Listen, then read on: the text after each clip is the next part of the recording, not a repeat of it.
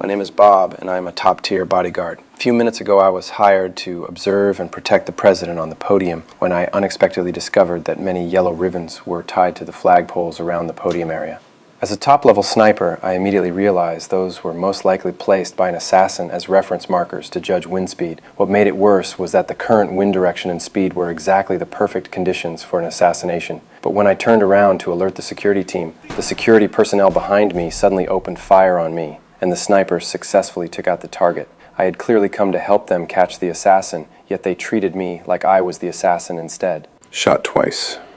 I realized I'd been framed and limped away as fast as I could. On my way, an FBI agent blocked my path. I caught him off guard and took him down in 2 moves, then cuffed him to the roadside. At that moment, I had no idea that the person who'd just been assassinated wasn't the president, but an African religious leader. Before long, the FBI deployed helicopters and mobilized the entire city's police force to hunt me down. But I used to be a top-notch sniper. My counter-surveillance skills were second to none, and I was driving a police cruiser, so I could monitor their movements at all times. I quickly found an automatic car wash, drove inside, and temporarily evaded capture. I used a knife to cut open the car's back seat and found some medication and tissues from behind it. I gave my gunshot wounds basic first aid, then drove out of the car wash and escaped to an intersection, where I got rear-ended by a big truck. Though I managed to stop without serious damage, a bunch of police cars immediately surrounded me. In desperation, I could only reverse and crash through the barrier, driving the car straight into the river behind me. Soon the police commander arrived on scene and decided to seal off a 30-kilometer radius and search for me along the riverbank. What they didn't know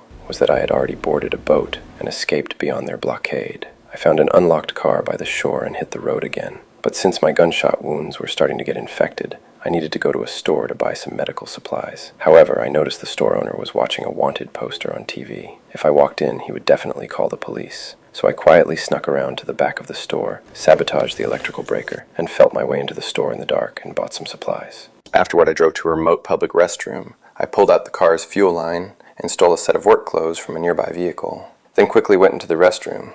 Using knowledge I'd learned in the military, I made a bottle of saline solution to replenish my fluids and keep my body functioning normally.